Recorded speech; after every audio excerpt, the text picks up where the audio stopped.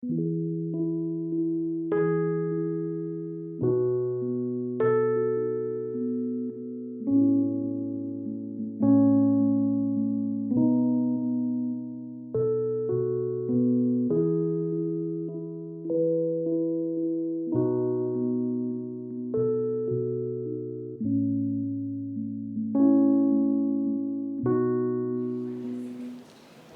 convidamos Isabel Casita Alves, membro da comunidade desde o ano da sua fundação, para ser a mediadora da terceira mesa do segundo dia do nosso Fórum Famílias Novas. Uma salva.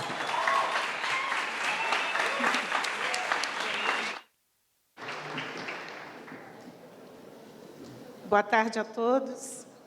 Para quem não me conhece, eu sou Isabel Casita e eu não podia deixar de falar, que as minhas irmãs disseram que são casadas com os homens mais lindos do mundo e não é verdade. O homem mais lindo do mundo está sentado lá no fundo, o nome dele é Adalberto. Por favor, levante-se.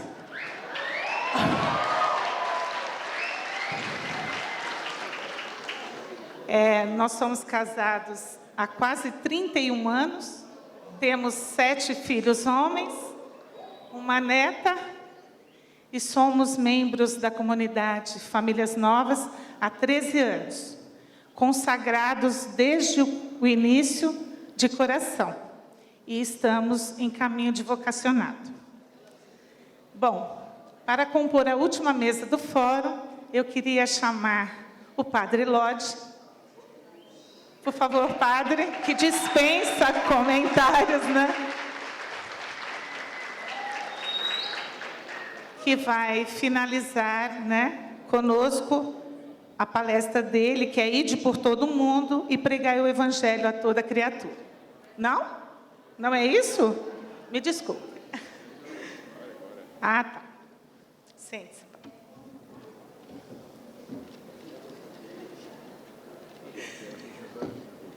Fica à vontade que eu vou anunciar também o nosso outro tempo. Tempo eu não sei. Eu sou nova aqui no pedaço, então preciso saber essas coisas. 1 hora o senhor terá. Isso. E gostaria de também convidar o professor doutor em Filosofia e Teologia, Joel Gracioso, para compor a nossa mesa.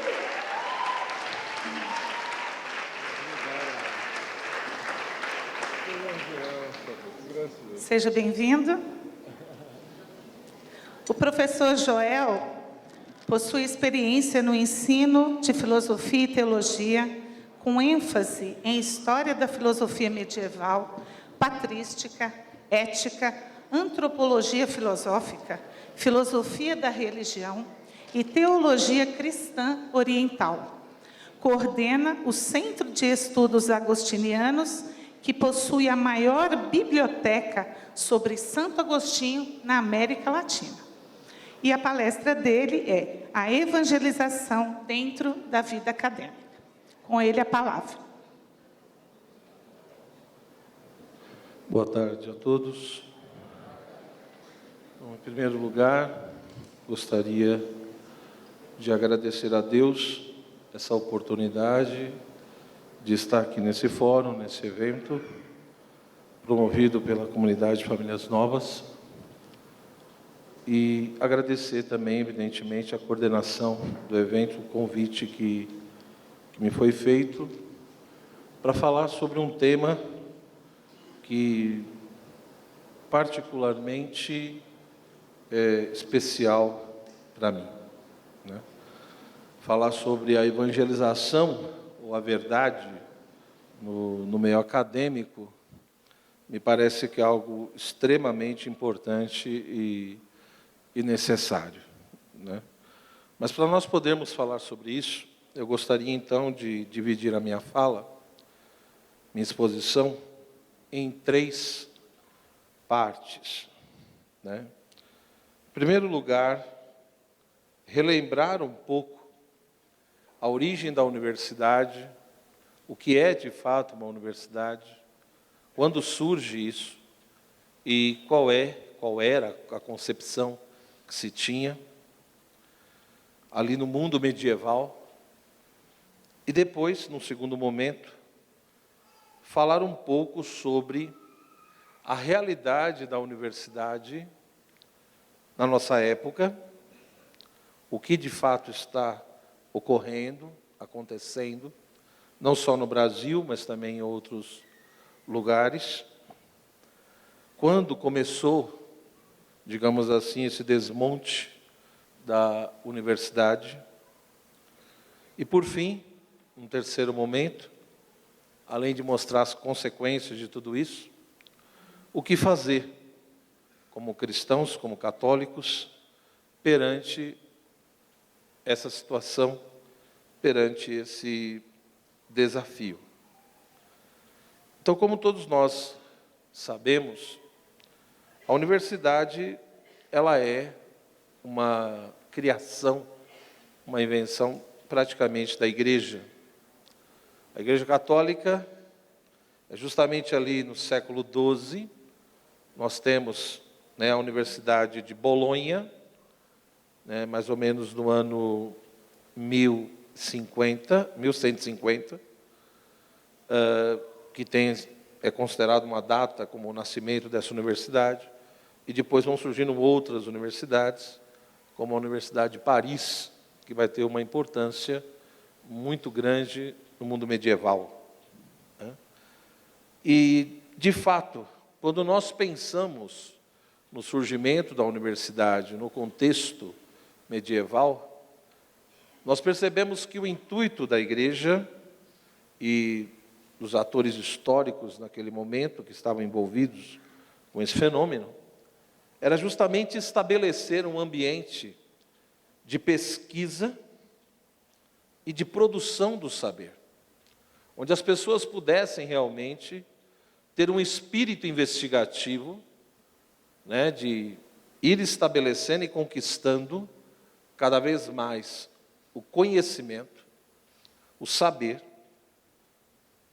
e se aproximando, evidentemente, cada vez mais da verdade. Para isso, para esse ambiente de pesquisa e de produção do saber, atingir os seus resultados, digamos assim,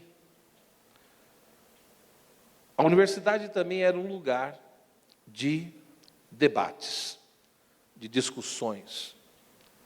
Era um lugar onde as polêmicas eram enfrentadas. Então, é ali que existe a famosa disputa, né, chamadas disputátios medievais. De um professor com outro professor, ou de um aluno com outro aluno, ou de um professor para com os alunos, e por aí vai. Então, isso nos mostra que, nesse contexto medieval, a universidade era justamente um ambiente que pressupunha o quê? Pressupunha um amor profundo à verdade, uma busca sincera pelo conhecimento, pelo saber, né? Ou seja, sobre um conhecimento sobre o mundo, sobre as coisas em geral, né? Sobre o ser humano e, evidentemente, sobre Deus. Mas para que isso surtisse efeito e conseguisse atingir os seus objetivos, se entendia que todas as áreas do saber precisariam ter espaço. E principalmente, repito, esse espírito de debate, de discussão. Um diálogo, essa dimensão dialógica do saber, né, e de discutir. Porém, não debater por debater, não dialogar por dialogar. Que nós vamos ver que é um problema do mundo contemporâneo. Hoje em dia, quando você fala em diálogo, as pessoas acham que dialogar é simplesmente você ficar conversando. Me assusta, por exemplo, quando, dentro da igreja, quando você pega alguns documentos, quando fala, por exemplo, diálogo ecumênico. Se você pegar o texto e entender, o diálogo ecumênico é um diálogo entre cristãos que busca a verdade. Vamos buscar a verdade, porque ela é uma. Mas, infelizmente, o que se tornou em muitos lugares o diálogo ecumênico? Um chazinho das 5, onde as pessoas se reúnem para bater papo, para conversar, para cada um colocar suas perspectivas, o seu ponto de vista. E, infelizmente, é inevitável quando acontece isso. Não tem como não cair num certo tipo de relativismo.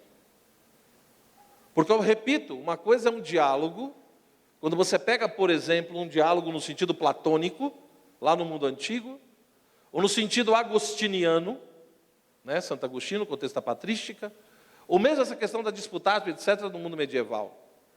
Há um diálogo, há controvérsia, há discussão, há o respeito, mas tudo isso em busca da verdade. Vamos enfrentar o problema. Vamos enfrentá-lo. Com sinceridade, com rigor, né? E, de fato, com a devida piedade, como diria Santo Agostinho, para poder atingir a verdade. Mas, infelizmente, em muitos ambientes, isso se perdeu.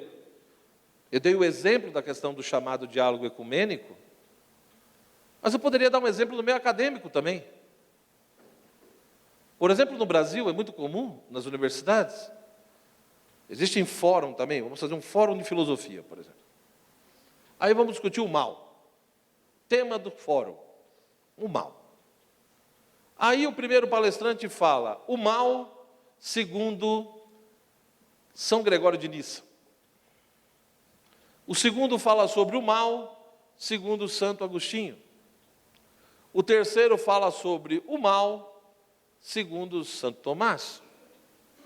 O quarto fala sobre o mal segundo Pascal. O quinto fala sobre o mal segundo Hannah Arendt. E o sexto fala sobre o mal segundo a pós-modernidade. Tudo bem?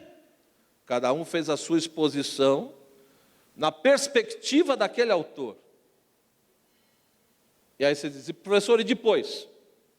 Depois encerra-se o fórum e cada um vai para a sua casa. Aí você vai dizer, que bonito, que interessante. Vejo respeito à liberdade de expressão. Sim, que bom, teve liberdade de expressão, cada um pôde colocar ali a sua perspectiva. Só qual é o problema? O problema é que em nenhum momento foi feito o debate, a discussão. Em nenhum momento se discutiu os pressupostos a partir dos quais cada um daqueles filósofos dizem o que dizem. E principalmente, quem está mais próximo da verdade? É Gregório de Nissa? É Agostinho? É Hannah Arendt? São os pós-modernos? Quem é que está dizendo a verdade? E aí você expõe um monte de opiniões, você expõe um monte de perspectivas, e cada pessoa que se vire sozinha para fazer a síntese. Então veja, eu não sou contra que haja exposições sobre um tema a partir de perspectivas diferentes. O que me assusta e o que eu sou contra é a falta de espaço e de interesse pelo debate, pela discussão. Principalmente fazendo a seguinte pergunta: qual filosofia, qual resposta, qual teoria é a mais coerente, é a mais verdadeira? E aí o que assusta, a maioria dos professores vão dizer, essa pergunta não pode ser feita. Essa pergunta não pode ser feita porque cada resposta filosófica, cada tese que um filósofo estabelece, ele defende determinada tese a partir de uma determinada estrutura. Então imagina assim, a estrutura A, estrutura B, estrutura C. Então cada estrutura de pensamento gera uma tese. Como são estruturas totalmente diferentes, A tese que está dentro da estrutura A não tem nada a ver com a tese que está dentro da estrutura B, que não tem nada a ver com a tese da estrutura C. Isto chama-se o quê? Estruturalismo.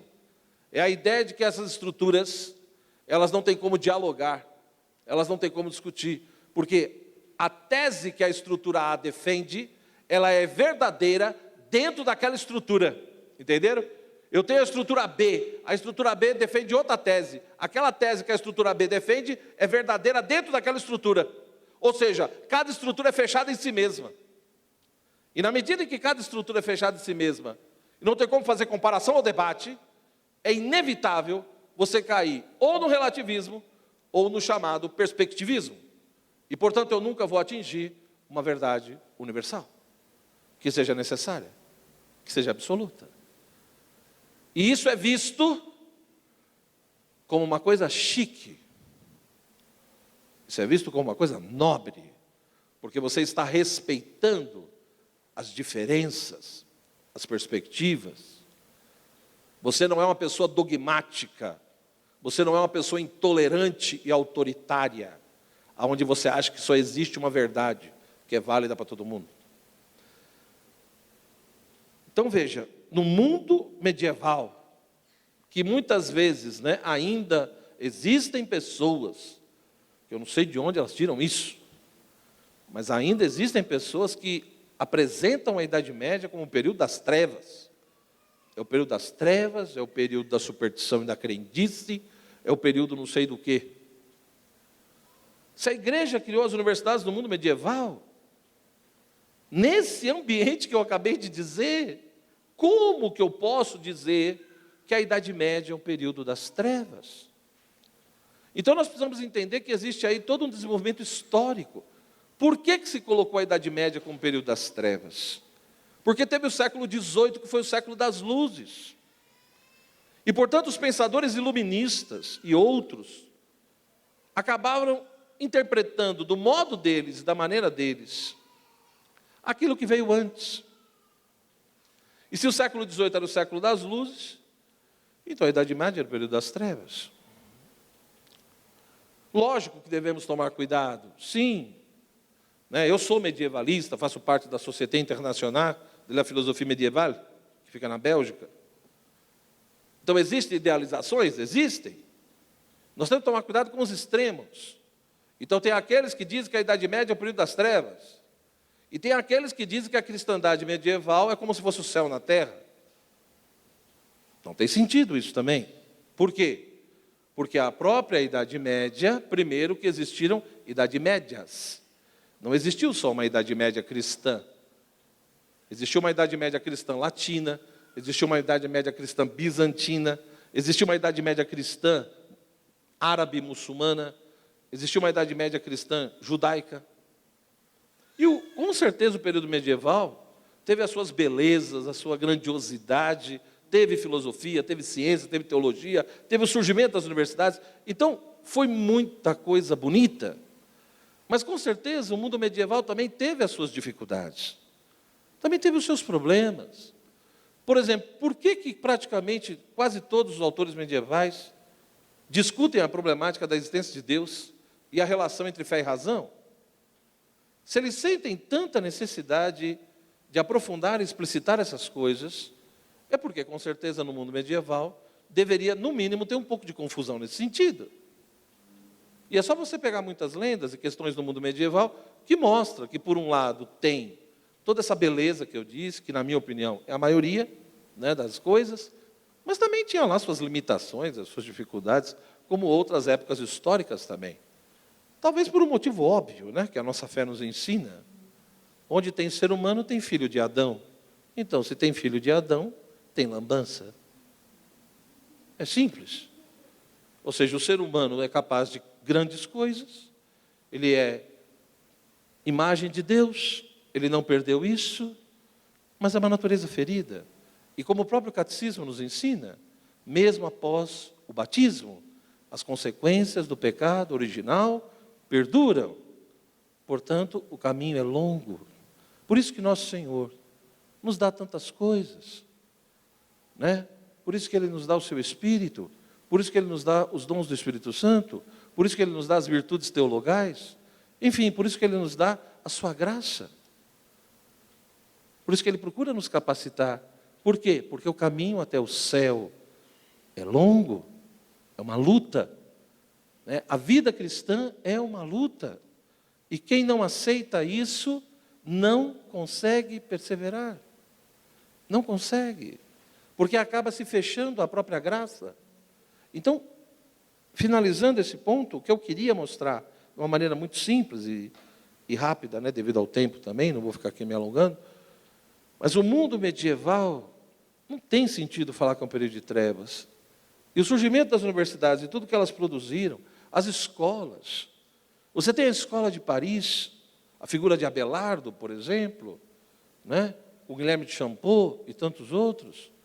Você tem a escola de São Vítor, Hugo de São Vítor, Ricardo de São Vítor, né, que é consequência já do trabalho do Guilherme de Champeaux, quando vai para lá e ajuda a criar a escola, trabalhando na abadia, e faz uma biblioteca enorme. Né? Você tem outras escolas que vão estabelecendo, a escola dos tradutores de Toledo, por exemplo. Então, esse próprio mundo medieval vai ter toda uma estrutura, uma organização, não só religiosa, mas, repito, escolar, acadêmica, que expressa esse amor à verdade. Essa coisa de que é um ambiente de pesquisa, mas para ter pesquisa, tem que ter liberdade, e liberdade de discussão, de debate. Então, se a igreja quisesse, então, simplesmente manipular tudo, não tem muita lógica. Para que ela criou a universidade? Não tem sentido. Né? Então, talvez o que mostra que por trás disso existe o quê? 3 coisas. Primeira, a finalidade das universidades, do estudo, era o enobrecimento do espírito do ser humano. Era enobrecer, era ajudar o ser humano, de fato, a atingir toda uma excelência. Fazer com que o ser humano desenvolva todas as potencialidades do seu espírito, as suas faculdades superiores, etc. Tornar cada vez mais elevada a virtude na vida do ser humano.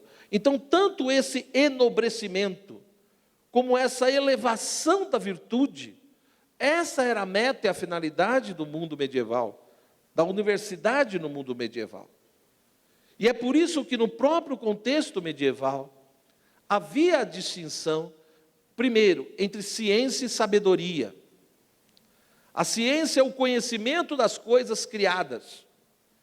A ciência é essa observação e essa investigação das coisas criadas, procurando analisar de fato a realidade e conhecer as coisas tais como elas são, na sua estrutura mais íntima, porque as coisas existem, mas elas poderiam não existir. Nós não somos necessários. Nenhuma coisa que nós olhamos é necessária, de forma absoluta. Então, se as coisas poderiam não existir, mas elas existem, por que as coisas existem em vez do puro nada? Essa era a primeira questão que o pensador medieval procurava enfrentar. Porque a partir disso, ele procurava entender o sentido, a razão de ser e, portanto, a finalidade das coisas. Então, a ciência era valorizada, que é esse conhecimento natural, fruto da luz natural da razão desse mundo criado por Deus, do conhecimento da própria realidade humana.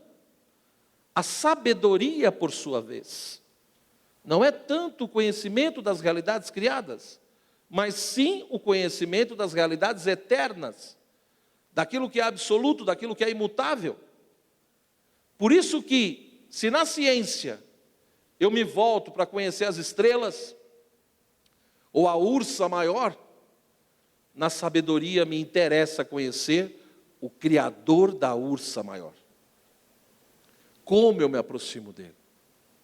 Então são as realidades eternas e imutáveis que eu procuro me aproximar na medida do possível e a partir desse referencial conduzir a minha vida. Então essa distinção de ciência e sabedoria é fundamental no mundo medieval. e está pressuposta na construção da universidade. Mas tem um outro pressuposto que é mais basilar, que é a maneira como o cristianismo compreendeu a relação entre fé e razão. O modo como se entendeu a fé e a maneira como se entendeu a razão. Karl Ratzinger, por exemplo, no seu livro A Natureza da Teologia, ele afirma com todas as letras, dizendo: o cristianismo é uma religião do Logos. Mas por que o cristianismo é uma religião do Logos?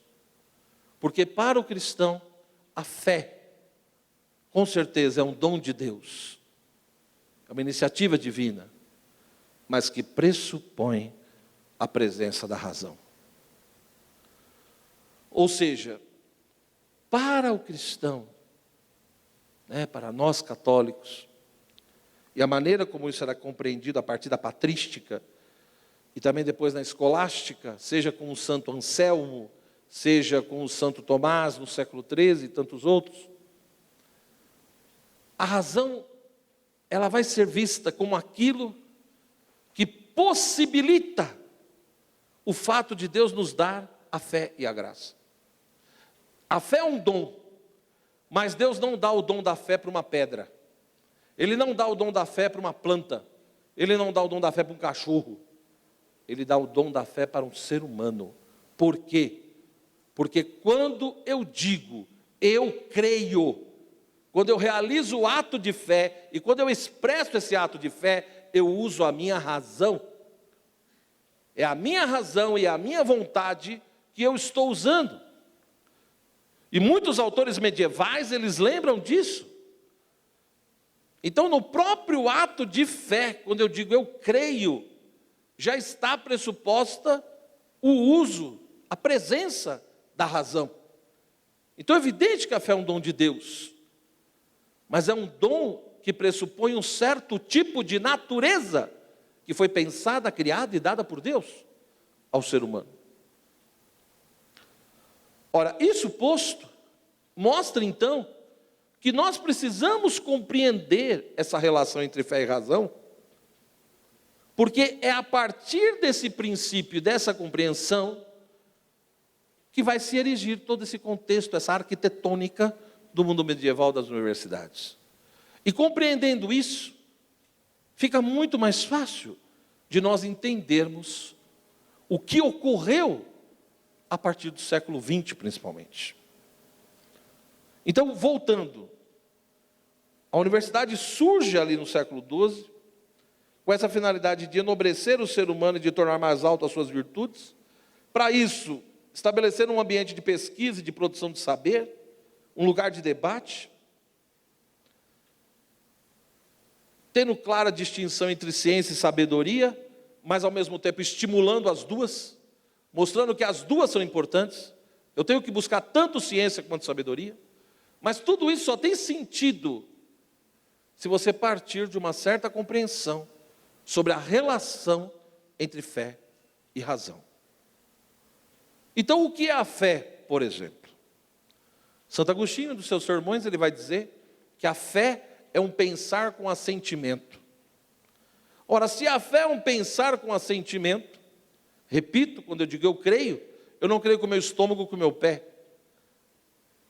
Eu creio com a minha razão, ligado à minha vontade. Então, quando eu digo eu creio, eu estou pensando, eu tenho consciência do que eu estou fazendo, eu estou pensando, mas ao mesmo tempo que eu vou pensando, eu já vou dando a minha adesão, eu já vou aderindo a Deus e aquilo que Ele, as verdades que Ele revela. Então, se é assim, tanto Agostinho como Santo Tomás e tantos outros vão dizer, mas nós cremos, é possível crer porque temos uma natureza racional? Sim, mas temos motivos para crer? Sim. Ou seja, a razão que é anterior à fé, a razão sozinha, ela não é capaz de compreender totalmente o conteúdo das verdades reveladas.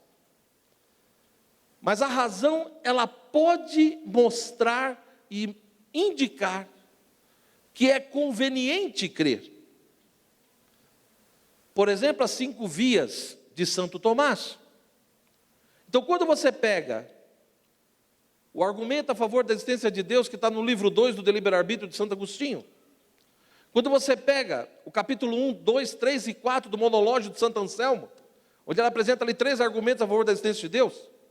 Quando você pega o capítulo de 1 a 5 do Proslógio de Santo Anselmo, onde ele apresenta o argumento único a favor da existência de Deus. Quando você pega na Suma Teológica, 5 Vias de Santo Tomás, ou quando você pega a partir do capítulo 10º até o 13 da Suma contra os Gentios, em todos esses textos, cada autor do seu modo procura apresentar argumentos a favor da existência de Deus. Ora, qual é o intuito deles? Infelizmente, muitas vezes, esses argumentos são chamados de provas. Aí vocês vão dizer, professor, mas está errado. O problema é que a palavra prova, ela tem uma carga semântica que gera um monte de problemas. Santo Tomás, por exemplo, nunca usou o termo prova, ele chamava de vias. São vias, caminhos, que mostram o quê? A razão, ela não consegue tornar uma evidência o fato de Deus ser. Aí muitos dizem, mas o senhor quer dizer então que a gente tem que... é existência? Não. Deus não existe. Deus é. Porque existir é você ser uma coisa que veio de outra. Ex, em latim, é a ideia de procedência. Você veio de um outro. Deus não pode existir. Porque se você disser que Deus existe, você está dizendo que Deus foi feito, que Deus veio de um outro que é superior a Ele. Então, na realidade, de uma certa maneira, Deus não existe. Deus é, porque Ele é a partir de si mesmo desde todo sempre. Então, Ele é. E é isso que eles tentam mostrar, que admitir, reconhecer que Deus é, Ele não tem simplesmente o ser, mas Ele é o próprio ser em absoluto. Ele fez tudo, mas Ele não foi feito. Então, demonstrar isso, mostrar a plausibilidade, a razoabilidade disso, isso é possível. A razão natural, a luz natural da razão é capaz de mostrar, repito, não é capaz de tornar Deus uma evidência. Deus é evidente para Ele mesmo, mas não para nós, devido às nossas limitações, enquanto criaturas. Então, finalizando esse ponto, ou seja, a razão é capaz de indicar, de mostrar que convém crer. E como que a razão procura mostrar isso, que convém crer? A partir de determinadas vias, a partir de determinados argumentos. Então veja que há uma razão que é anterior à fé. Há uma razão que está presente no ato da fé. E há uma razão que é posterior à fé. Que aí já é a busca da compreensão da própria fé. E aí entraria até no âmbito da teologia, por exemplo, que é o intellectus fidei, onde eu busco compreender aquilo que eu creio. Mas o que é interessante, sinceramente, o que mais me chama a atenção nesse contexto medieval, nesses autores, é que se você for ver, a fé e a razão, segundo eles, uma precisa da outra. Aí você vai dizer, como, professor? Sim, a fé precisa da razão, porque se nós não tivéssemos a razão, não teria como receber o dom da fé. Esse é o primeiro ponto. Segundo, a fé precisa da razão, porque senão nós corremos o risco da nossa fé se degenerar muitas vezes, e aí acabar virando superstição e crendice, que são coisas distintas. Quando eu digo eu creio, eu não abro mão da minha inteligência.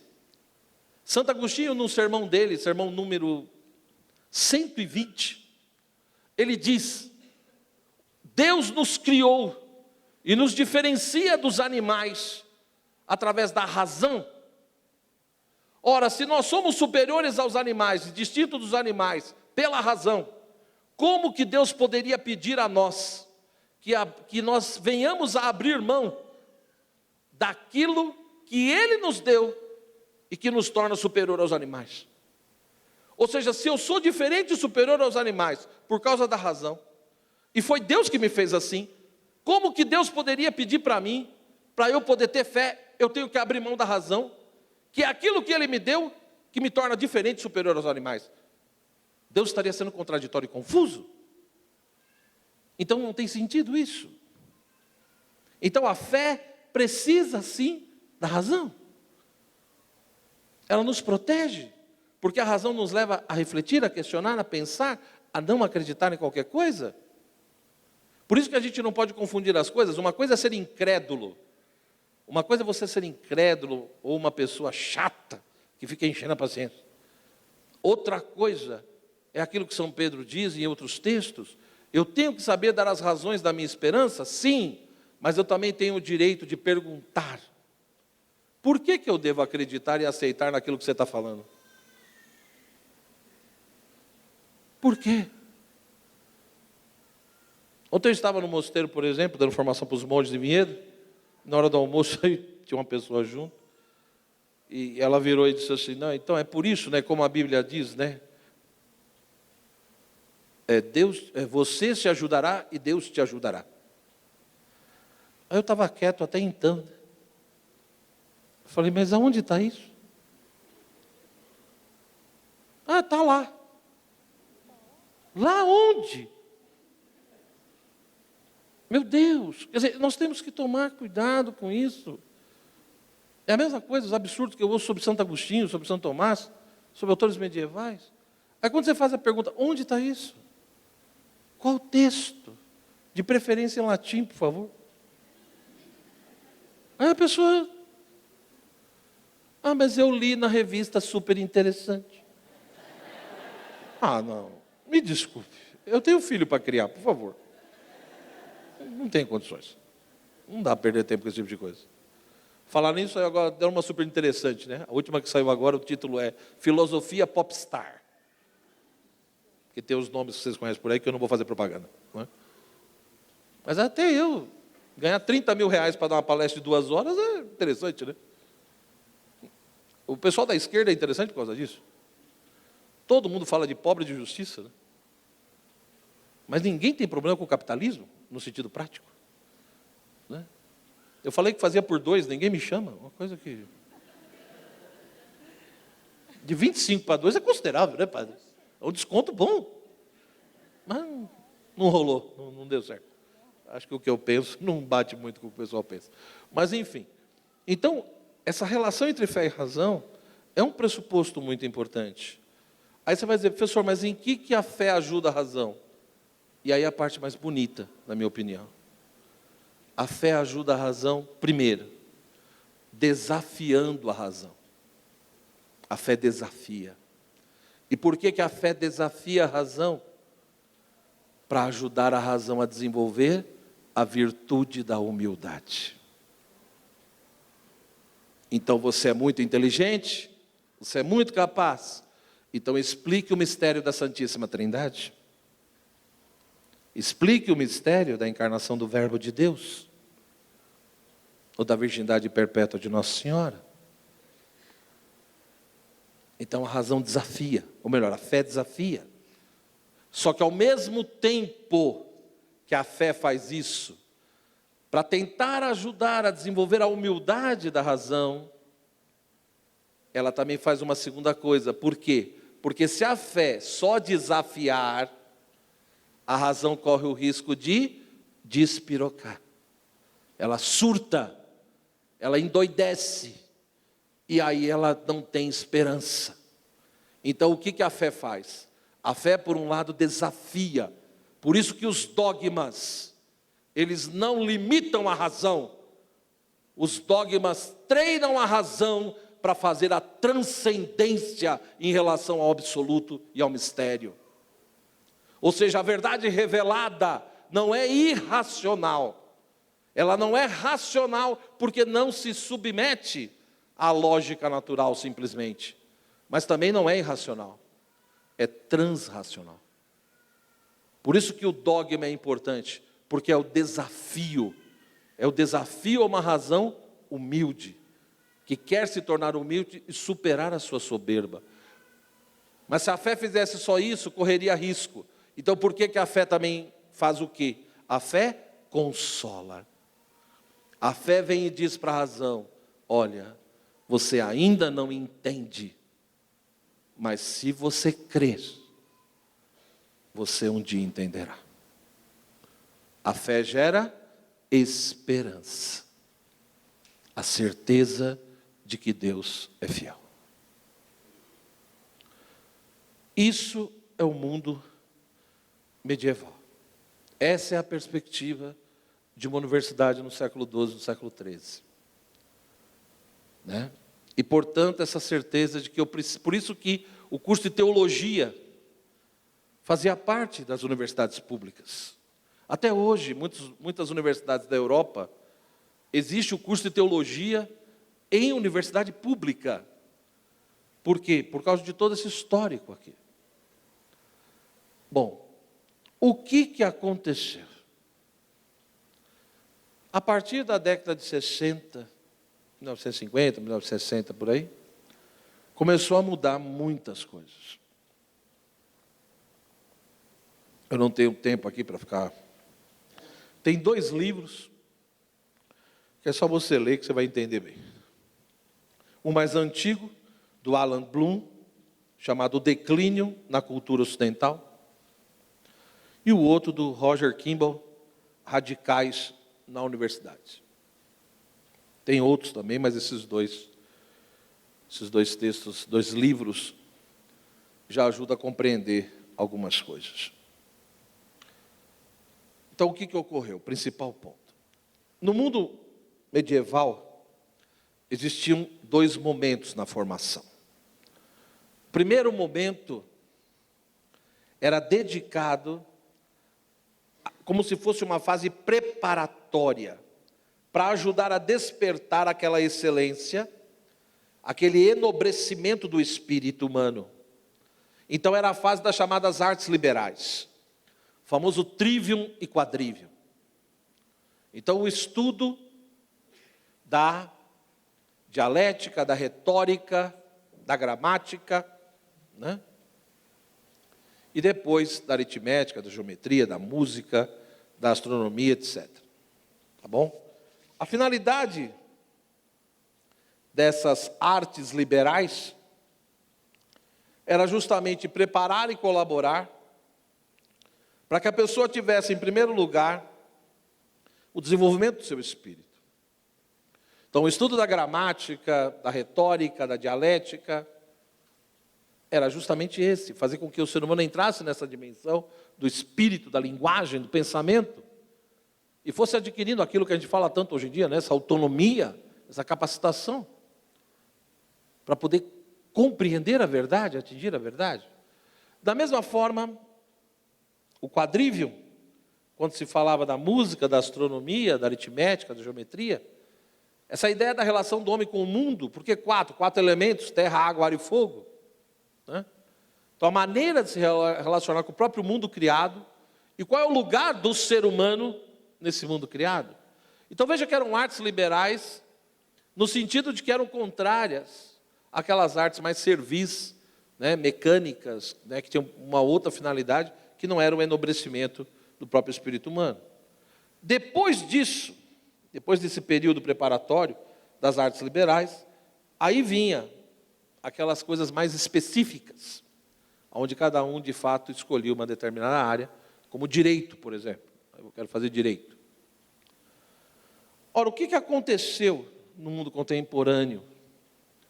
Por vários motivos foi se mudando tudo isso. Tanto nos Estados Unidos, quanto na Europa, no Brasil. E esse modelo de querer formar esse ser humano, né, de ajudá-lo a atingir todo um nível de excelência em âmbito de virtudes, de formar o homem enquanto homem, capaz, né, de coisas nobres, isso foi sendo deixado de lado. E, em primeiro lugar, foi se estabelecendo toda uma agenda das chamadas minorias, né, e principalmente minorias identitárias.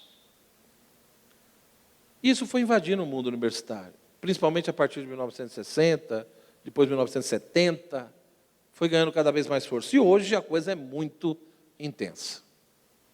É muito intensa. Né? Para vocês terem uma ideia, já tem lugar que já é obrigado a estudar matemática africana. Não se tem mais matemática, é matemática africana. Porque a matemática dos gregos é preconceituosa. O teorema de Pitágoras agora virou sei lá o quê. Então é disso que nós estamos falando. Né? É disso que nós estamos dizendo. Então, veja, um monte de coisa que vocês veem por aí no âmbito do direito, da questão da ideologia de gênero, né? Algumas propostas no âmbito do direito, por exemplo, como interpretar a própria questão da lei, da Constituição, né? A ideia de que a mulher ela tem uma alma e uma razão que é diferente da do homem. Isso leva a discutir, por exemplo, não só a questão do sexo, mas do gênero. Então, um monte de coisas vão sendo colocadas. Um monte de assuntos e temas que você fala, bom, mas qual é a relevância disso? Qual é a importância disso? Porque no meio universitário a questão é, tenho que ter um ambiente de pesquisa e discussão? Sim, mas em busca da verdade e daquilo que é relevante. E o problema é que na pós-modernidade, cada vez mais o conceito de alteridade, de diferença, né, de tolerância, foi se estabelecendo e chegou-se à conclusão, praticamente, de que uma coisa é nobre e excelente só porque ela é diferente. Mas veja, desde quando uma coisa só porque é diferente, ela é nobre ou é melhor que algo, ou é digna de ser estudada? Então, essa mentalidade, repito, multiculturalista, relativista, né? E aonde você vai deixando cada vez mais de lado a busca do saber, do conhecimento, ou seja, essa questão do conhecer pelo conhecer, de saber, de buscar a verdade sobre o mundo, sobre si mesmo, sobre as coisas, sobre Deus, isso foi sendo deixado de lado. E a educação cada vez mais foi sendo vista como um ato político. Paulo Freire é um exemplo, né, no Brasil, no nosso contexto, mas tem um monte de outros pensadores fora do Brasil, e muito anterior a Paulo Freire. Então, as consequências disso foram nefastas, porque, na realidade, é a ideia de que quando você está ensinando a escrever, você não está só ensinando a escrever, você já está passando uma visão de mundo, você já está passando uma visão burguesa, autoritária, branca, classista. Então, no ato de escrever, no ato de ler, na própria matemática, história, geografia, o que for, tudo tem um ato político por trás. É impossível você buscar a verdade pela verdade. Bom, se é assim, aí aconteceu o que aconteceu. Então, essa questão das artes liberais foram desaparecendo, ou qualquer coisa parecida. No Brasil, você vê questão da base nacional, por exemplo, né? É um problema seríssimo. Você entendeu em termos de educação, as propostas? Porque, sendo bem honesto com vocês e simples, por causa da questão do tempo, se tivesse mais tempo eu desenvolveria, mas você tem dois extremos, que são duas grandes sombras na área da educação. De um lado, no meio universitário, eu vejo muita gente falando, por exemplo, do marxismo cultural. Sim, Gramsci, ele foi o cara. Ele percebeu uma coisa que ninguém tinha percebido. Ele percebeu o seguinte, olha, podemos aqui continuar falando um monte de coisa, mas enquanto nós não dominarmos os meios culturais, a revolução não vai acontecer. Nós temos que dominar a universidade, o jornal, a revista, né, os livros, o cinema, o teatro, os meios culturais. Por quê? Porque você tem que habitar no imaginário das pessoas. Você influencia. Porque aí você vai quebrando valores, costumes, hábitos. Por isso que conseguiram o que conseguiram. Os cristãos se afastaram disso. Por isso que quando me perguntam, professor, o que fazer? Meu filho, vai estudar. Nós temos que voltar a ocupar esses espaços. Tem que voltar a escrever livro decente. Tem que voltar a fazer livro de literatura que presta. Entendeu? São essas coisas. É cinema, é teatro, não sei o quê. Nós temos que voltar a fazer essas coisas. Sem precisar necessariamente dizer que você é católico e cristão. Percebe? É transmitir valores. É transmitir princípios. A igreja durante séculos fez isso. A civilização ocidental é resultado disso. O Alan Bloom, por exemplo, ele diz com todas as letras no livro dele, ele diz a universidade, né, ele diz a sociedade, ele fala mais dos Estados Unidos, ele diz a sociedade americana que tem relação com a civilização ocidental está em crise. A sociedade está desmantelando e está em crise porque antes a universidade entrou em crise. Como a universidade foi desmantelando e as pessoas que eram sendo formadas lá depois ocupavam cargos na sociedade, automaticamente. Por exemplo, hoje em dia, tem um monte de município que está ficando quase louco. Outro dia eu fui para Goiás, perto de Catalão, o pessoal estava desesperado, porque tem uma promotora lá que deixa todo mundo doido. A mulher é ateia, né? E além de ateia, enfim, é lésbica. Né? Até aí o problema é dela, né? Não estou entrando, mas minha questão é que, a partir disso, ela quer impor um monte de coisas. Ela quer impor um monte de coisas. E o pessoal é muito simples, ninguém sabe o que faz, não reage. Aí é lógico, eu ajudei um pouco lá em algumas coisas, enfim, né? Não está sendo gravado não, tá? Então, e por aí vai, né? Mas não tem problema, o Padre Lodge já sofreu muito mais que eu. Então, a grande questão, né? Mas o grande ponto é esse. Aí indiquei umas pessoas em Goiás, enfim, que poderiam ajudá-las, né? Falei, vai brigar, mas briga de maneira inteligente. Tem que saber fazer as coisas. Então, em muitos lugares, por exemplo, a parte de direito, a igreja sempre teve uma presença enorme na questão do direito. Os promotores, desembargadores, juízes. Hoje em dia já não é assim. Nós dormimos. Essas pessoas receberam uma outra formação. E quando elas saem da universidade e entram no Ministério Público, ou vira desembargador, ou vira juiz, ela já vem com sangue no olho. E qual é a missão dela? Acabar com a Igreja Católica e desmantelar a civilização ocidental. Ela se sente imbuída de uma missão. Não sei quem deu. Se o outro lá apareceu para ela, não sei. Mas, enfim. Se sente capacitada e para. Então, isso é terrível. Né? Então, veja que você não tem. Então, por um lado, você tem o marxismo cultural, sim. Né? Os autores como Foucault, Derrida. Né? A parte de humanas, geralmente a humanidades é mais cruel nesse sentido.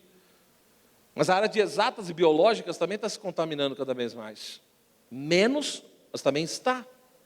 Então essa é a nossa realidade. Você tem um pensamento de esquerda, a maioria dos professores, tem o marxismo cultural, que é todo um materialismo, né? E junto com o ateísmo, e com uma mentalidade revolucionária. Só que tem uma outra sombra que poucos falam. Mas a nossa igreja diz que é tanto quanto terrível, que é o liberalismo. O liberalismo também é terrível, por quê? Porque é uma idolatria, muitas vezes, do consumo. Essa coisa de o mercado resolve tudo sozinho, como se não existissem princípios e valores que não são negociáveis. Então eu não tenho nada contra a economia de mercado, mas, né, tem princípios, tem limites. Por exemplo, tem pessoas que entendem que a educação, qual é a proposta da educação? Um quer criar militante político, para ficar invadindo, tacando fogo em tudo. O outro quer, qual é a finalidade da educação? O mercado de trabalho. Você está de brincadeira, né? Eu vou formar o quê então? Parafuso? Ah, meu irmão, por favor. Eu tenho 3 filhos. Uma está por aí, não sei onde está perdida. Sempre ensinei desde pequeno. Qual é o teu fim útil? E eles falavam um monte de coisa. Eu falava, fim último. Não, pai, mas não pode ser último, porque depois desse tem outro. Eu não sei, pensa. E aí foi ficando angustiante, né? Por quê? Desde pequenininho eu percebendo. Aí eu ficava a carinha deles. A morte. É. Só que você tem que fazer a seguinte pergunta e reflexão. Ou você existe para ser comida de verme, ou você existe para contemplar para sempre um Deus que te ama. Você escolhe, meu filho.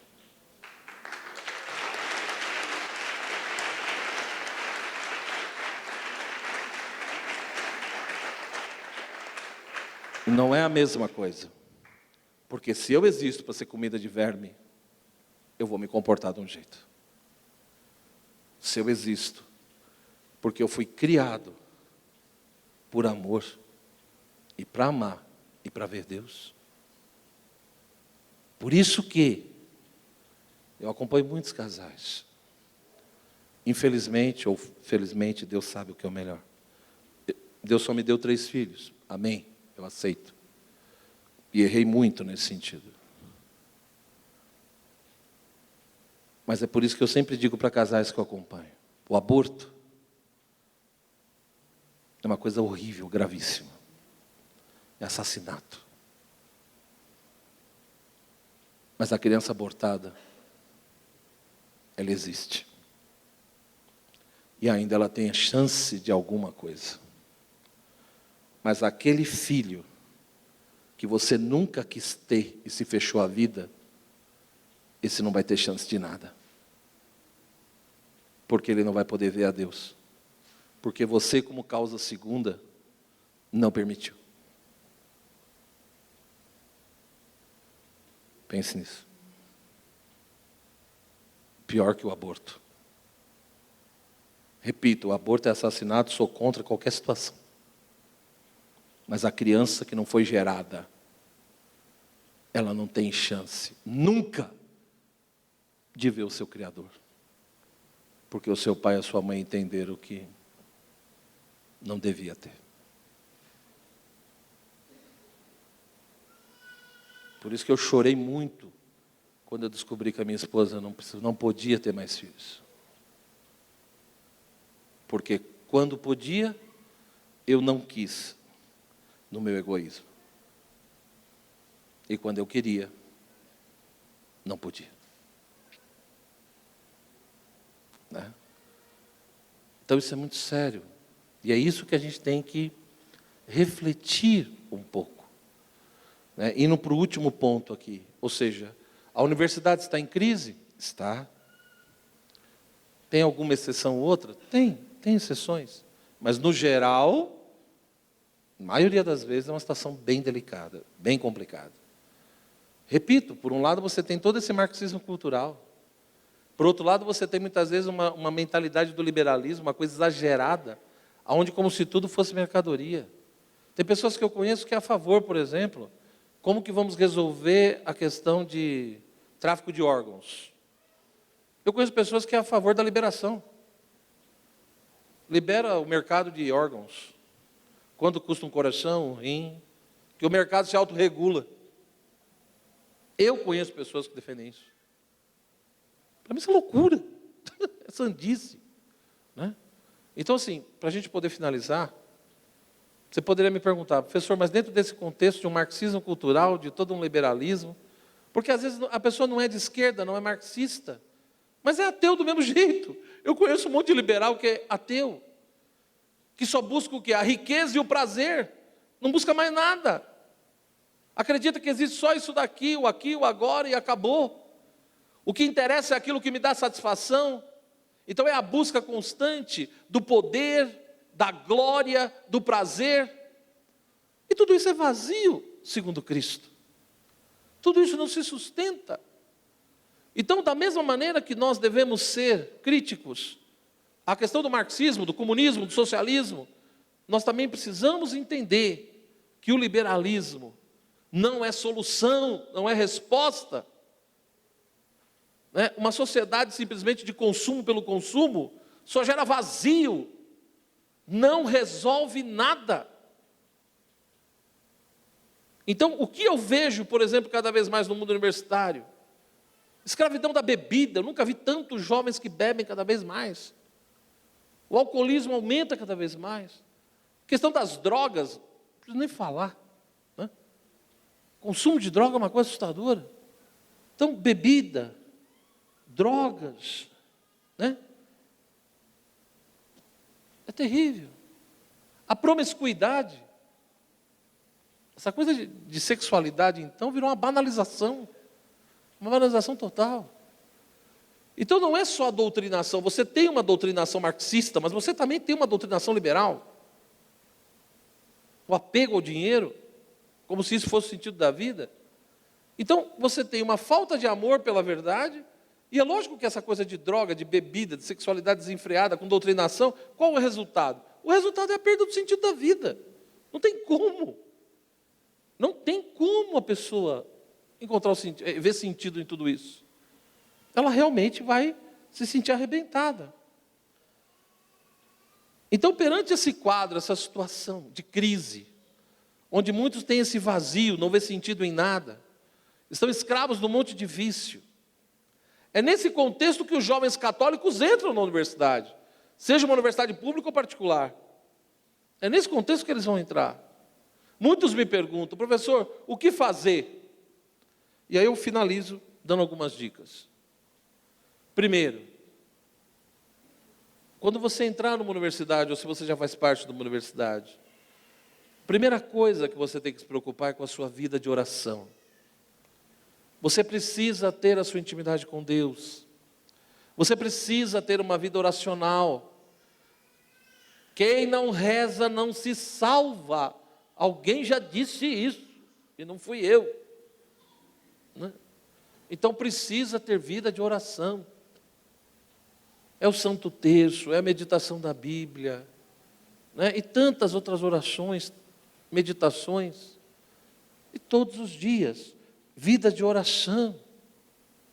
Eu vejo, por exemplo, muitos jovens, né? De vez em quando aqui no São Bento aparecem alguns, que se converteram e querem estudar. É muito engraçado. Por um lado é bonito, mas por outro lado é trágico. Por quê? O cara se converteu em 6 meses. Aí em 6 meses eu me converti, acredito em Cristo, sou católico. Que bom! Ele já leu um monte de coisa. Leu esse livro, leu aquele livro. Ele leu um monte de coisa. Aí você chama ele para estudar. Não, vamos estudar. A hora que você fala, vamos na missa. Não, eu tenho coisa para fazer. Vamos rezar o terço. Hoje não dá. Ou seja, é um católico meio gnóstico. Ele só quer saber de conceitos e ideias. Ele não quer estabelecer uma relação de fato com Deus. O que acontece? Não se sustenta. Depois de 6 meses já voltou para o mundo de novo. Já foi engolido. Porque não tem vida de oração. E o segundo ponto, não tem vida sacramental. Confissão, Eucaristia. Isso é extremamente importante. Essa questão oracional e sacramental. A busca da confissão, a busca da Eucaristia, se possível, um diretor espiritual. Eu sei que é difícil, não é fácil, mas enfim, aqueles que conseguirem. Esse é o primeiro ponto da orientação. Segundo ponto, ofereça sacrifícios pelas pessoas que você vai conhecendo. Se você vai conhecendo pessoas que estão longe de Deus, afastadas de Deus, faça jejum. Faça pequenas penitências por essas pessoas. Acredite no poder da oração e da ascese. Acredite. Porque no fundo quem converte a Deus não somos nós. Nós podemos ser canal da graça, mas nós não somos a graça. Eu sempre brinco, eu falo, eu me chamo Joel Gracioso. Mas eu não sou, tá vendo? Eu consigo fazer todo mundo rir. Mas eu não tenho poder para transformar você num homem novo, numa mulher nova. Mas Jesus tem. A graça tem. Então a gente precisa ter claro isso. Nós somos instrumentos, mas nós não somos o remédio. Então crê na oração, nos sacrifícios. E por fim, busque a virtude da humildade. O que mata muitos alunos que se dizem católicos e cristãos, é que às vezes chegam no meio acadêmico com muita arrogância e orgulho, achando que é santo, que é melhor que todo mundo. Seja humilde, ouça as pessoas, antes de julgar, procure entender a história daquela pessoa, por que ela é do jeito que é, por que ela pensa do jeito que pensa. Então a virtude da humildade conjugada à paciência, isso é extremamente importante. A coerência de vida, isso é fundamental. Se você fala uma coisa e pratica outra, como que eu vou evangelizar alguém no meio acadêmico, se eu não tenho coerência de vida? Eu defendo determinados valores e princípios, mas no dia a dia, nas minhas atitudes, eu mostro outro. Eu sei que todos nós temos as nossas pequenas contradições, mas tudo tem um limite, né? Então, essa coerência de vida, junto com a humildade, seja um aluno exemplar. O que é um aluno exemplar? Dedicado, mostra interesse aos estudos. Ou seja, que as pessoas possam olhar para você e elas sentirem a alegria de você existir. Eu sempre também, uma coisa que eu sempre trabalhei isso com meus filhos, né? É glorificar a Deus com a sua vida. Ou seja, é alguém olhar para você e dizer: meu Deus, que bom que você existe. Porque como é duro, né? Quando a gente olha para uma pessoa e pergunta: por que ela existe? Quando a gente questiona essa pessoa, a criatura de Deus, você fala: será que isso foi feito pelo Senhor mesmo? Ou será que tem um segundo Criador? Não é possível. Isso é sério. Então, é glorificar a Deus, é quando a pessoa olha para mim e glorifica a Deus pela minha existência, pelo modo como eu sou, e ela não precisa falar isso para mim, é no interior dela. E como que eu faço isso? Com o seu modo de ser, com o seu modo de agir, pelo que você é. Então, seja um aluno dedicado, mostre interesse pelos estudos, pela verdade, né? Não fica colando, pelo amor de Deus, pegando coisa do Google, entregando para o professor, e depois fica com aquele moralismo doido. Eu amo a verdade. Pelo amor de Jesus Cristo, quem vai acreditar em você, meu filho? Então, assim, tem que ter coerência. Então, se eu não amo a verdade, se eu não me esforço, se eu não me dedico, se eu não sou honesto, se eu não tenho equilíbrio entre a fé e a razão, que exemplo que você vai ser para os professores? Ou para os alunos? Então, infelizmente, a verdade é uma só. Nós, muitas vezes, em vez de sermos canal da graça, nós, muitas vezes, somos o empecilho na vida do outro. Então, eu te diria, com muita honestidade, a partir da minha experiência de vida, se você quer ser testemunha de Cristo no mundo universitário, se você quer colaborar para que mais pessoas encontrem o amor de Deus, tenha uma vida de oração, tenha uma vida sacramental, busque a humildade, busque ter uma vida coerente. Mostre o seu amor pela verdade, pelos estudos. Seja honesto, seja sincero. E principalmente, como o Papa Bento XVI nos ensinava tanto, viva a verdade com caridade e a caridade na verdade. Essas coisas precisam caminhar juntas. A verdade sem amor, ela muitas vezes se torna uma coisa cruel e pesada. Mas a caridade sem a verdade também se torna sentimentalismo e não ajuda ninguém. Por isso que essas duas coisas precisam caminhar juntas. Então, na minha experiência de vida, o que me ajudou muito nesse quadro todo foi isso. Foi com amigos professores, que muitas vezes me procuram, e com alunos. Uma vez nessa casa eu tive uma experiência muito bonita. Eu estava chegando ali na entrada, isso já faz alguns anos, era quase 7 horas da manhã, estava muito cansado. E aquele dia eu me questionava um monte de coisa. E na hora que eu cheguei, que eu fui entrar no mosteiro, um aluno me parou. Ele me parou, entrou na minha frente, olhou para mim e disse: professor, bom dia. Eu falei: bom dia, filho. E ele falou: eu posso te dar um abraço? Eu acordei e falei: minha Nossa Senhora, 7 horas da manhã, segunda-feira, e eu sabia que ele era chapadão. Ele usava uns mequetrefe lá, né? Ele era marxista, ateu e cheirava. Mas assim, nunca tive problema com ele. Eu falei: bom, tudo bem, né? Aí ele me abraçou, começou a chorar. Eu fiquei quieto, não sabia o que falar. Falei: meu Deus, o que está acontecendo? Aí ele olhou para mim e disse: obrigado. Eu falei: obrigado do quê? O que eu fiz? Porque assim, sinceramente, eu nunca tinha falado com ele. Eu sabia que ele era meu aluno, mas eu não... Ele falou: não, o senhor dá aula para mim 1 ano, né? Mas... Eu falei: não, eu lembro de você, eu sei que você é meu aluno. Mas eu nunca conversei com ele, eu não fiz nada. Ele falou: o senhor acha que não fez? Ele falou: mas eu queria só convidar o senhor para o meu batismo e meu crisma, que vai ser no final do mês, que o Abade vai fazer. Eu me converti, professor. Eu resolvi ser católico.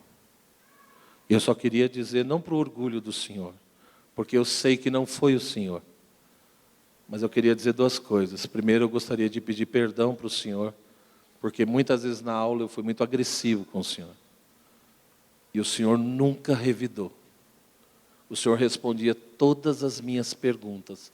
A sala ficava irritada, a sala ficava nervosa, e o senhor ficava tranquilo, respondia as perguntas. O senhor nunca me humilhou, o senhor nunca me agrediu. O senhor sempre tirou minhas dúvidas. E quanto mais eu agredia o senhor, mais paciência o senhor tinha comigo. Então eu queria pedir perdão e queria agradecer. Porque eu sei que não foi o senhor, mas através das aulas do senhor, principalmente das confissões de Santo Agostinho, eu encontrei.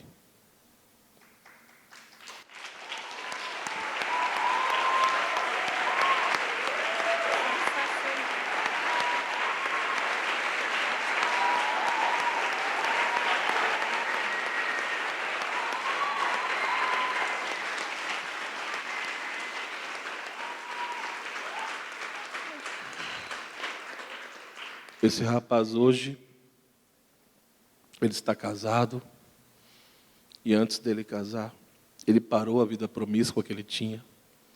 Ele ficou 6 meses vivendo na castidade junto com a namorada.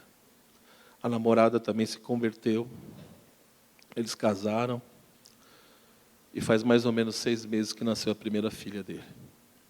E ele é professor.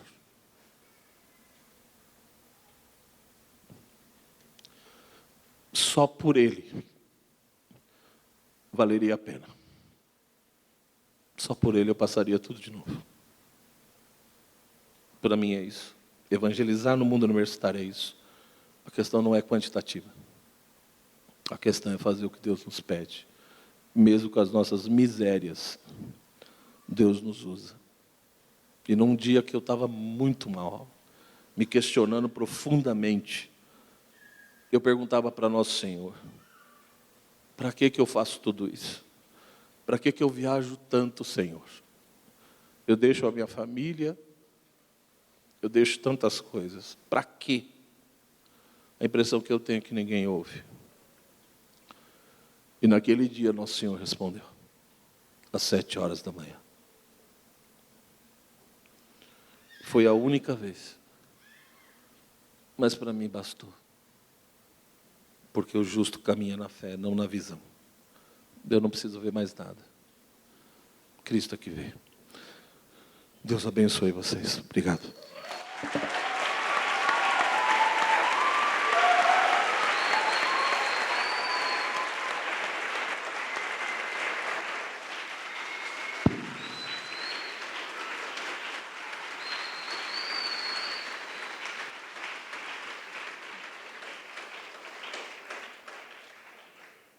Sensacional, não é? Eu, como professora de escola pública, eu não queria sair daqui assim durante alguns meses, eu queria ficar aqui, do lado do professor de história e do lado do padre, por um bom tempo, aprendendo tudo que eu não aprendi na minha vida inteira sobre história, né? Eu queria embrulhar o senhor e levar assim, clonar de repente, e botar assim em todas as escolas públicas de São Paulo. Eu acho que ia ser maravilhoso, né? Enfim, eu fico muito agradecida mesmo de estar aqui, presidindo essa mesa e conhecer o senhor, porque vale muito a pena conhecer um professor na sua categoria e saber que, em primeiro lugar, um professor de história que ama a Deus acima de tudo e não tem vergonha e fala isso para todo mundo com esse carisma, com esse carinho, com esse amor, como o senhor citou o seu aluno, né? Que mesmo lhe instigando, e o senhor estava ali e conseguiu até a conversão dele. Olha, vale muito a pena. E que Deus abençoe muito o senhor e a sua família.